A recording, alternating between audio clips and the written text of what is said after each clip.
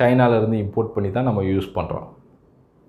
இன்றைக்கான அது தேவைகள் அதிகமானதுனால நம்மளும் இந்தியாவிலேயே லார்ஜ் குவான்டிட்டியில் மேனுஃபேக்சரிங் பண்ணால் நம்மளும் அதுக்கேற்ற ப்ரைஸில் நம்ம செல் பண்ணி கவர்மெண்ட்டு சப்போர்ட் பண்ணால் நல்ல ஒரு மேனுஃபேக்சரிங் நல்ல பிஸ்னஸ் நம்ம இந்தியாவோட ஜிடிபி க்ரோத்துக்கு ரொம்ப ஒரு வளர்ச்சியாக இருக்கும்.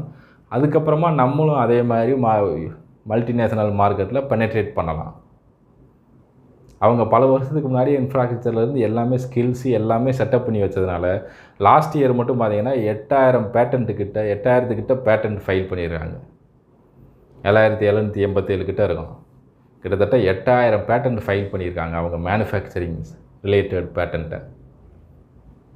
அவங்க ரொம்ப வருஷமாக அந்த இன்ஃப்ராஸ்ட்ரக்சரை பிளான் பண்ணி உலகம் ஃபுல்லாக இருக்க மார்க்கெட்டில் பெனட்ரேட் பண்ணியிருக்காங்க.